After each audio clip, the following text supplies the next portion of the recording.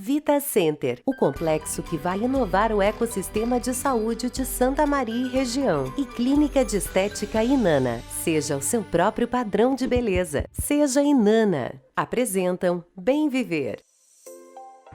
Olá, no programa Bem Viver de hoje nós vamos trazer um alerta com o endocrinologista falando sobre o aumento de peso de adultos e crianças durante a pandemia de Covid-19. Dia 21 de junho foi o Dia Internacional do Yoga. A data é celebrada no mundo inteiro como forma de expandir essa prática milenária indiana. Tem dica de filme, tem dica de beleza e muito mais. Fique com a gente, o Bem Viver está começando.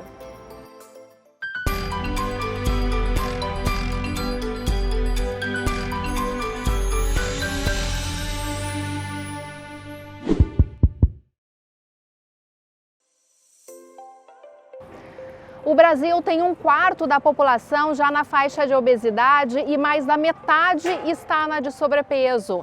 Isso vai muito em função da alimentação. Com a pandemia, a nossa rotina também mudou e aí a válvula de escape acaba sendo a comida.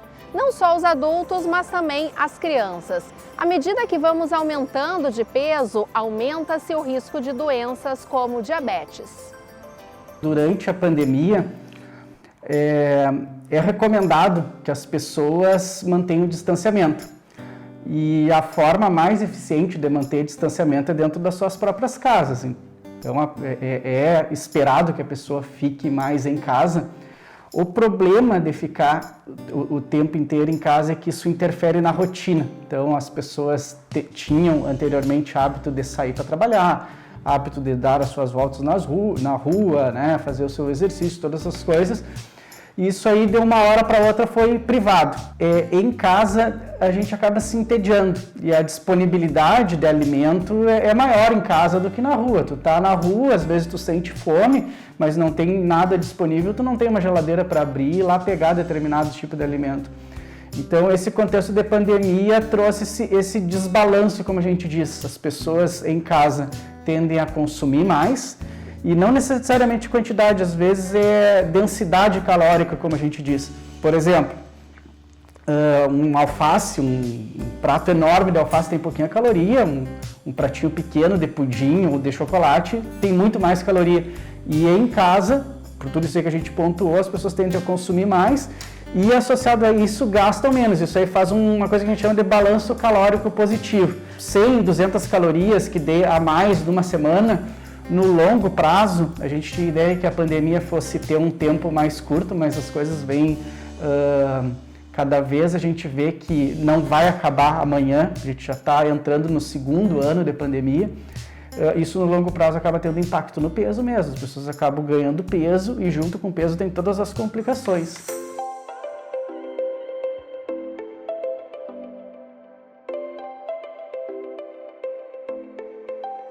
Tem duas coisas com relação à obesidade e coronavírus. Uma é por questão da pandemia, que a gente percebe que as pessoas se movendo menos e comendo pior tende a ganhar peso. E a outra é que o coronavírus ele tem não que a pessoa obesa pegue mais, tá? Mas a pessoa obesa tem desfechos piores quando se infecta com coronavírus. A obesidade ela gera um estado inflamatório crônico de pequena intensidade. E tem estudos mostrando que talvez isso, né, atrapalhe o sistema imunológico, esse estresse inflamatório que o paciente obeso tem, em combater o coronavírus logo no início. Então, o paciente obeso, por conta dessa inflamação crônica e também das comorbidades associadas, reserva pulmonar baixa, às vezes o paciente obeso tem hipertensão, diabetes e outras coisas, acaba evoluindo pior. A chance de um paciente obeso morrer quando pega o coronavírus é mais do que o dobro de uma pessoa que não é obesa.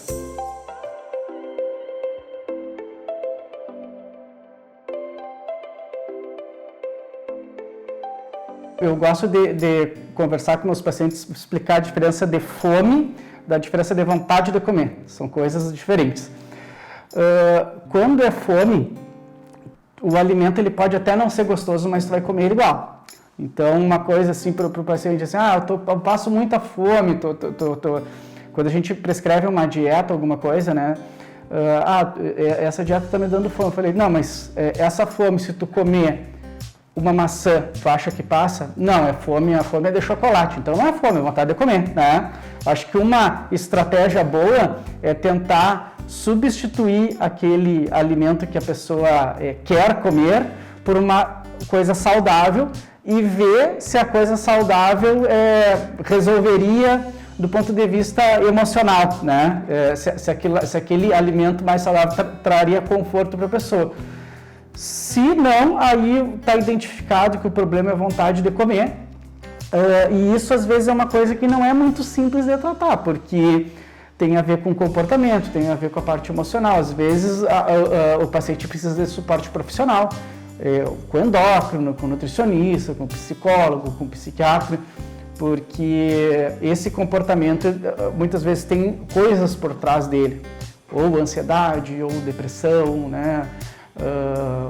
Às vezes até problemas sociais, às vezes, né, a pessoa perdeu o emprego e a forma que ela acha de se confortar, entre aspas, é comendo. E outra coisa importante durante a pandemia que a gente vê é o consumo de bebida alcoólica, ele também subiu bastante. Então, as pessoas tendem a beber em casa mais e o álcool é bastante calórico, isso aí também contribui para o ganho do peso.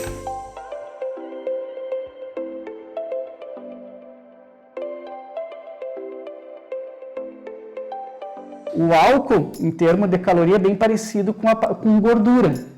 Então, as bebidas destiladas que têm teor alcoólico alto, citando o gin, por exemplo, que às vezes tem mais de 45% do volume em álcool, uma dose equivalente a 50 ml chega a ter 120, 130 calorias. E as pessoas muitas vezes ainda misturam com refrigerante, porque tônica é um refrigerante, apesar de não ser água tônica, é refrigerante, então joga o valor calórico lá para cima. Vinho, a mesma coisa, então um cálice de vinho em torno de 100 ml também tende a ser bastante calórico e nessa temperatura fria, por questão cultural, às vezes as pessoas acabam abusando, isso aí acaba contribuindo com o balanço calórico positivo e o ganho de peso. É importante a pessoa maneirar na quantidade de alimento, na qualidade, fazer opções por alimentos saudáveis, principalmente produtos in natura, evitar processados de alimentos prontos. Isso é uma coisa que a pandemia favoreceu bastante, porque é prático a gente entrar num aplicativo e pedir um X, um hambúrguer, uma pizza em casa, e esses alimentos, às vezes, porções pequenas, têm bastante caloria. A fatia de pizza, por exemplo, dependendo do sabor que tem, às vezes tem 150, 200 calorias, uma fatia só. A bebida alcoólica também, e não só bebida alcoólica, bebidas, sucos, né? Laranja, uva, mesmo natural, integral, eles são bebidas calóricas também. Então, se a pessoa consome isso em grande quantidade, vai contribuir para o ganho de peso.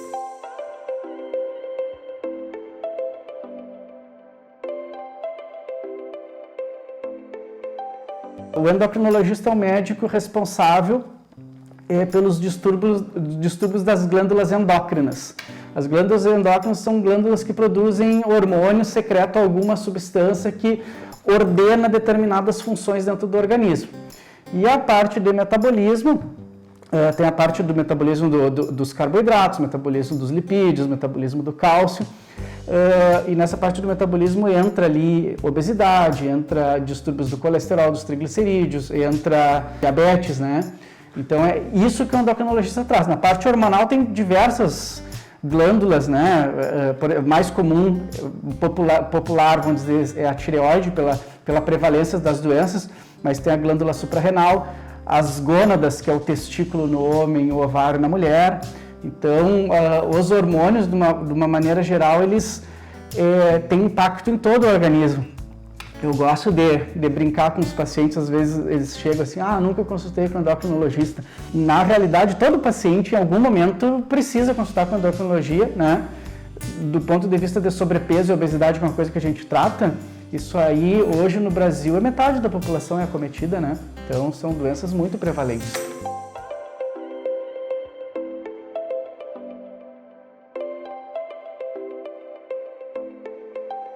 Se o paciente estiver acima do peso, é o primeiro sinal, tá? E o peso não precisa ser a pessoa tá obesa, muito acima do peso.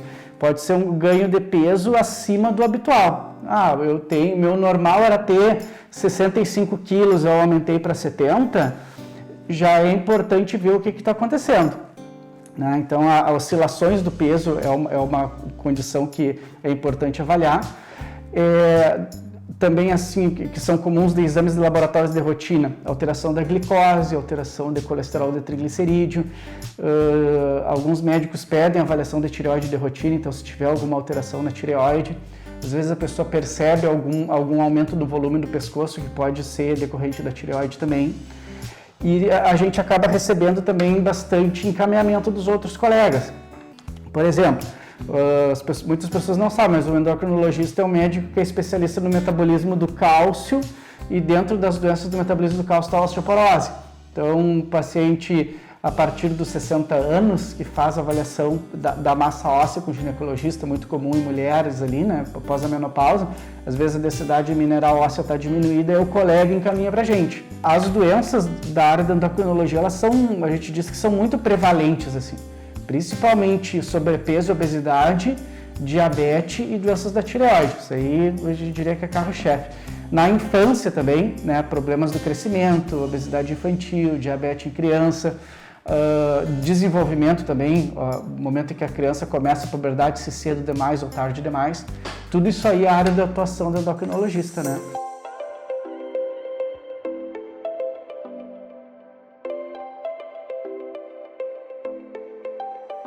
O diabetes é uma doença que precisa ser monitorada regularmente. Então, às vezes, o paciente deixa de vir numa consulta regular, a doença piora, avança muito. E quando o diabetes está descompensado, o risco do paciente ter desfechos graves por Covid, seja internar em UTI, seja precisar de intubação, seja risco de morte, ele aumenta bastante. Outra coisa que a gente vê, tem visto, é que o coronavírus, ele parece ter um tropismo assim, pelo tecido pancreático, então a gente tem visto casos novos de diabetes em pessoas que não tinham a doença. Ainda é uma coisa relativamente nova, tem pouca pesquisa sobre isso, mas eu tenho visto assim, pacientes que logo antes de ter tido a intercorrência, de ter sido infectados com Covid, não tinham diabetes, e aí tem alta com a doença. A gente acompanha para ver se não foi efeito agudo da doença, efeito do corticoide, mas muitos a gente tem visto que a doença permaneceu.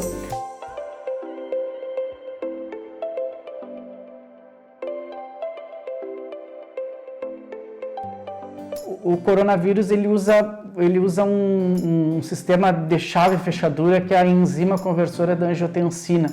E essa enzima está presente em vários tecidos do nosso organismo, inclusive nas células beta do pâncreas, que são as células que produzem insulina. Então, por o vírus ter essa capacidade de interferir, né, existe a hipótese porque existe a associação, mas não se sabe se essa associação é causal ainda, né, de que o vírus ele possa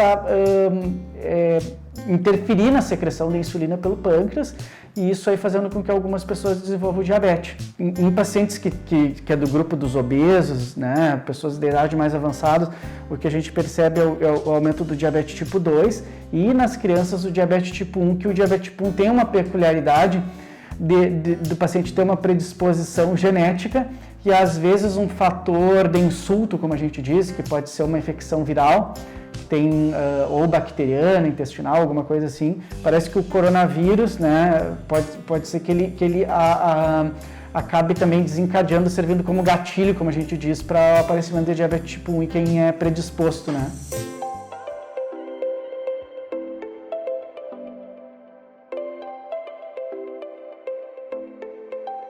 Não dá para esperar, depois que a pandemia passar, depois que tiver tudo normal, eu vou correr atrás, vou resolver meus problemas, né? Algumas pessoas que pensavam dessa forma, infelizmente já nem estão mais entre nós, né? Então, um paciente que estava com diabetes descompensado, estava obeso, que ficou esperando para resolver esse problema, acabou que em algum momento adoeceu e teve uma complicação grave do Covid e até faleceu por conta disso.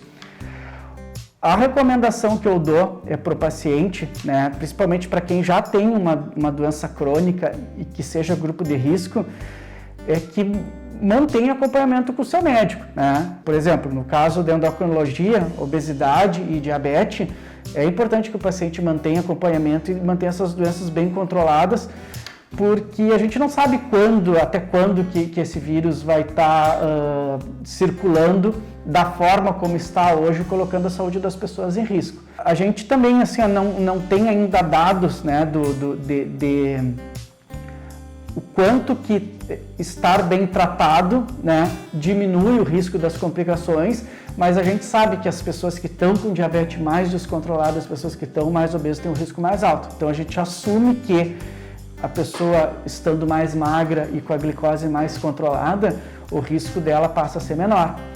Então, manter o tratamento das comorbidades, das doenças crônicas, de certa forma, ajudaria a pessoa a não ter complicações graves do coronavírus. Então, eu acho que essa é a principal mensagem. Manter o acompanhamento, né, principalmente quem é grupo de risco, com os seus médicos, para tentar diminuir o risco, porque a gente espera que todo mundo seja vacinado, que as vacinas sejam eficazes, né? Mas o período exato de quando isso vai acontecer, a gente não tem como prever. E antes do próximo assunto, aqui no Bem Viver, você vai conferir um pouco mais do empreendimento que vai inovar o ecossistema de saúde aqui de Santa Maria e também da região. É o Vita Center. Acho que um dos maiores desafios que nós tivemos para o projeto foi tentar romper, com aquela ideia de que um espaço ligado à área da saúde ele tinha que ter ambientes como quase que assépticos, né? Um pouco como nós encontramos nos nossos hospitais aqui no Brasil. Além de usar os materiais naturais, nós tentamos trazer o máximo de formas sinuosas, mas de uma forma bem sutil. Acho que uma das premissas de projeto, que se fez o conceito para os interiores, foi trazer um pouquinho da Praça Roque Gonzalez para dentro desses espaços interiores, ou seja, trazer a essência, né, dessa praça, que na verdade é uma sala de espera para o público-alvo do hospital e dos edifícios ali do entorno. Acho que todas as áreas comuns foram bem pensadas, eu diria que talvez esse seria realmente o diferencial. Então, as áreas de espera na frente dos elevadores, das escadas, a própria praça linear que acompanha o mall também é um espaço de espera, e um espaço de espera público, né, que não só dos usuários do edifício, mas também de todo o entorno. Vita Center, o complexo que vai inovar o ecossistema de saúde de Santa Maria e região. A Universidade Federal aqui de Santa Maria contribui muito com a comunidade de diversas formas. Um exemplo é o projeto de plantas nativas de árvores frutíferas. Um projeto do Colégio Politécnico da UFSM produz mudas nativas de árvores frutíferas. A produção serve para reflorestamento e também é doada à comunidade e a pequenos produtores locais. Aqui na minha volta tem aquelas plantas que vão dar origem a jabuticaba, araçá, guabiju, pitanga, entre outras frutas. Por enquanto, elas estão assim, pequenininhas, mas depois que vão para o campo, viram grandes árvores. O grande benefício que a gente vê e acredita é que é a retomada da biodiversidade do local, né? Porque quanto mais plantas de espécies, no caso específico as frutíferas nativas, nós estamos possibilitando com que a fauna, então, através da sua alimentação dessas frutíferas, dissemine cada vez mais e melhorando então a biodiversidade de um local no qual, de certa forma, foi degradado ou foi cortado. Tudo é feito no setor de espécies nativas e de práticas ambientais, o SEMPA. Recentemente, o projeto doou 2.000 mudas para a Secretaria de Agricultura e Meio Ambiente de Agudo. No ano passado, o município sofreu com um incêndio que queimou 105 hectares, dos quais 93% era mata nativa. Além do reflorestamento, outro foco é o auxílio a pequenos produtores locais. A ideia é justamente essa, para fazer um resgate dessas nossas frutíferas nativas, né? E principalmente para possibilitar uma renda extra para os produtores. Mas nós precisamos levar em consideração que as frutíferas nativas elas têm um longo período para entrar em processo de produção. Então, através disso, nós estamos pensando outras formas de contemplar os produtores, que é fazer a produção dessas mudas, não através de sementes, mas através de partes da planta, que nós podemos então destacar através de estacas, enxertias, etc., para antecipar esse processo de produção. Além da extensão, o projeto contribui com o ensino e aprendizagem na universidade. É um conhecimento prático que tu adquire aqui, que na sala de aula tu com certeza não vai ter, porque aqui tu vai estar trabalhando, tu vai vivenciar realmente como é que é produzir uma muda, tu vai ver como é que é os projetos de extensão, tu tem uma noção de como é na realidade, na prática. Como as aulas práticas que trabalhavam no projeto estão suspensas, atualmente há limitação na doação. A expectativa, conforme a Pró-Reitoria de Graduação, é que as atividades presenciais sejam retomadas no segundo semestre letivo de 2021. O vírus da gripe, ele é um vírus que sofre muitas mutações. Então, a vacina da gripe, ela é indicada que seja realizada todos os anos. É uma vacina que ela tem indicação para crianças a partir dos 6 meses até o fim da vida. O vírus da gripe, ele é altamente contagioso e de fácil disseminação. Por isso que é tão difícil a gente evitar o contágio. Então, dessa forma, a vacina é muito importante para que a gente possa proteger os indivíduos e principalmente os grupos, né, que estão mais suscetíveis. Pessoas que têm algum problema de saúde, comorbidade, como diabetes, hipertensão, problemas cardíacos. A maioria das pessoas, as pessoas saudáveis, elas apresentam sintomas como febre, dor de cabeça, dor no corpo, um cansaço. Mas tem um grupo, as pessoas que apresentam alguma comorbidade, né, um cardiopata, pessoas com diabetes, essas pessoas elas podem ter o agravamento desses sintomas e pode evoluir para o que a gente chama de síndrome respiratória aguda grave. É uma complicação do vírus da gripe e ela pode ocorrer. E principalmente no atual cenário, onde a gente já tem um colapso do sistema de saúde, é importante evitar. Outro fator importante que a vacina seja feita é a questão dos sintomas da gripe serem semelhantes ao sintoma da Covid-19. A pessoa ela vai procurar o atendimento médico, ela vai permanecer mais tempo, né, no ambiente hospitalar, investigando, e também o diagnóstico vai ser dificultado, assim como a conduta e o tratamento. Além disso, o que pode acontecer é a co-infecção. O indivíduo ele se contamina simultaneamente com o vírus da gripe e o vírus da Covid-19. Isso vai acometer o sistema imunológico do indivíduo e com certeza trará mais problemas. Se você tem alguma dúvida em relação à vacina da gripe ou outra vacina, pode nos mandar um WhatsApp. Nas redes sociais também iremos responder vocês, Facebook, Instagram. Será um prazer em ajudar vocês.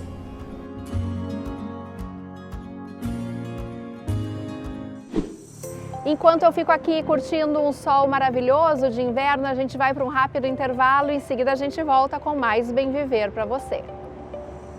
Estamos apresentando Bem Viver.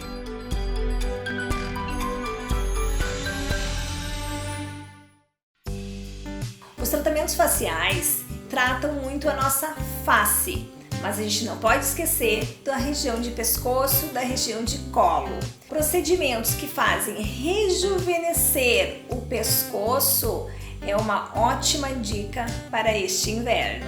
Tratamentos corporais como a eletroestimulação faz o recrutamento das fibras musculares, deixando o corpo mais definido. Inana, beleza de dentro para fora. O coração do Complexo de Saúde de Santa Maria está batendo mais forte. A chegada de um empreendimento que irá transformar a saúde vem conectar a cidade com mais bem-estar e qualidade de vida, em uma infraestrutura experiencial e completa, onde pacientes e profissionais encontram um espaço perfeito para estar. Aproveite as condições especiais para cooperados Unicred. Viva a experiência Vita Center por completo e receba o futuro da saúde em Santa Maria e região.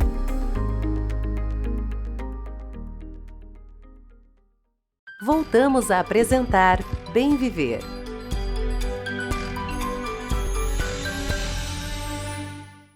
Com o inverno, a nossa pele fica mais ressecada, por isso é preciso cuidados especiais. Confira a partir de agora dicas para cuidar da sua pele aqui no Bem Viver. Eu sou Ana Piccolini, sou biomédica esteta e bioortomolecular da Clínica Inanna.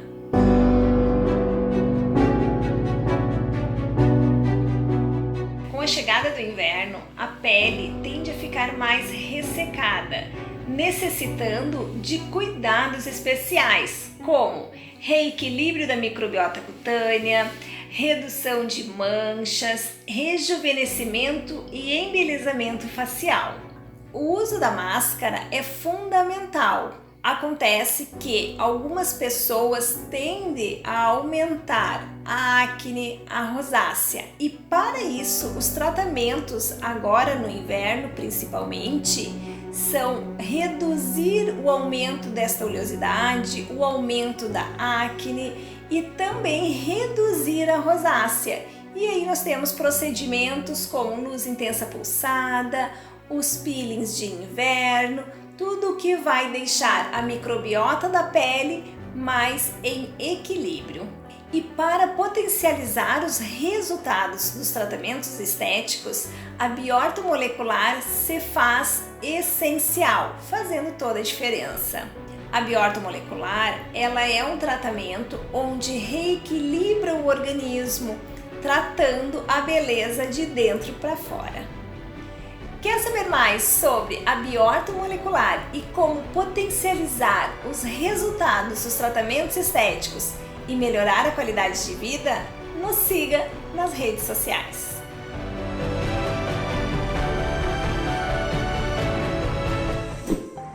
Tem que cuidar da pele, do corpo e também da alma. Falando nisso, dia 21 de junho foi celebrado o Dia Internacional do Yoga. A data é comemorada no mundo inteiro como uma forma de expandir essa prática milenar indiana. O professor de yoga, Sérgio Abaide, tem uma mensagem aqui pra gente, olha só. Dia 21 de junho de 2014 foi escolhido o Dia Internacional do Yoga. Yoga como patrimônio da humanidade, yoga como uma ferramenta simples que traz a paz, a harmonia, equilibrando as emoções dos seres. Através do seu primeiro-ministro da Índia, a ONU sancionou, com 175 países apoiando esta prática. Então, o yoga se tornou um patrimônio da humanidade. Nesta data, apela-se pela paz e a fraternidade entre os indivíduos para a construção do mundo melhor.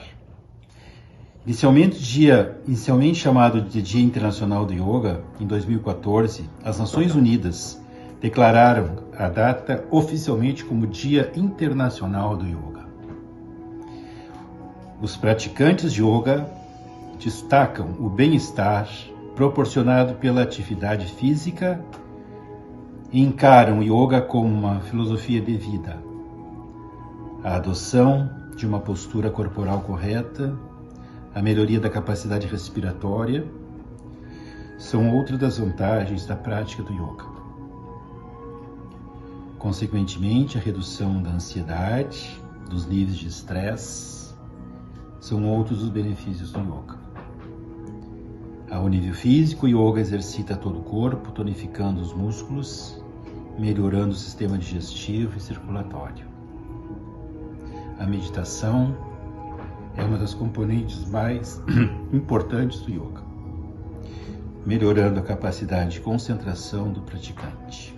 O yoga, em primeiro plano, ele traz um equilíbrio das emoções, auxiliando a respiração, auxiliando a concentração, trazendo a pessoa assim uma paz interna, auxiliando o sono, auxiliando a memória, como eu disse, auxiliando a respiração, a concentração. E nós temos a ferramenta principal de tudo isso, que é o nosso corpo, aliado à técnica, uma técnica milenar criada pelos rishis, pelos yogis da Índia. O yoga faz parte de uma medicina indiana. O yoga não é uma religião, o yoga é uma filosofia de vida, é uma ciência. O hinduísmo colocou o yoga, recebeu o yoga também, como várias religiões receberam o yoga. Mas o yoga é uma ciência, é uma medicina sagrada. Sagrada porque trabalha com o corpo, que nós temos de mais sagrado. Obrigada, Sérgio, por essa mensagem. Em Busca do Bem-Estar é a nossa escolha de documentário de hoje, que nos faz refletir sobre o estresse e felicidade com cenas deslumbrantes.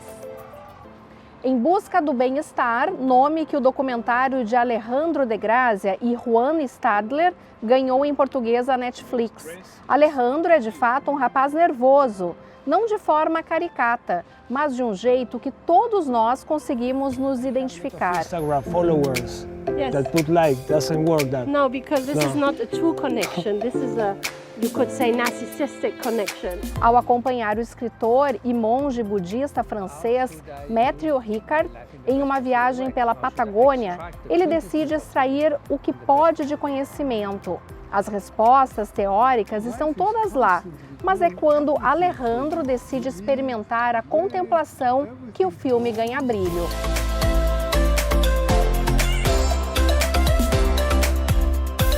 A conversa final com Ricardo ao pé do Monte Fitzroy tem um ponto claro. Um cenário deslumbrante, como aquele, pode ajudar a iniciar um processo de maior conexão interna, mas não nos exime de fazer uma pergunta importante. Como posso usar minha vida da melhor forma possível? Os 57 minutos de duração do filme parecem um bom começo. Gostou da dica? É só aproveitar então esse documentário que a gente trouxe aqui para você. Eu hoje vou ficando por aqui. Muito obrigada pela sua companhia. Fique bem, se cuide e a gente se encontra no próximo programa. Até mais!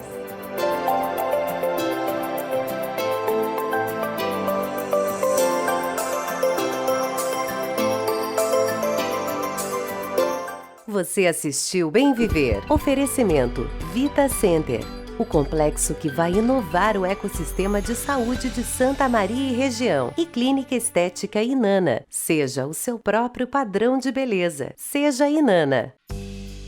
Os tratamentos faciais tratam muito a nossa face, mas a gente não pode esquecer da região de pescoço, da região de colo. Procedimentos que fazem rejuvenescer o pescoço é uma ótima dica para este inverno. Tratamentos corporais, como a eletroestimulação, faz o recrutamento das fibras musculares, deixando o corpo mais definido. Inana, beleza de dentro para fora. O coração do Complexo de Saúde de Santa Maria está batendo mais forte. A chegada de um empreendimento que irá transformar a saúde vem conectar a cidade com mais bem-estar e qualidade de vida, em uma infraestrutura experiencial e completa, onde pacientes e profissionais encontram um espaço perfeito para estar. Aproveite as condições especiais para cooperados Unicred. Viva a experiência Vita Center por completo e receba o futuro da saúde em Santa Maria e região.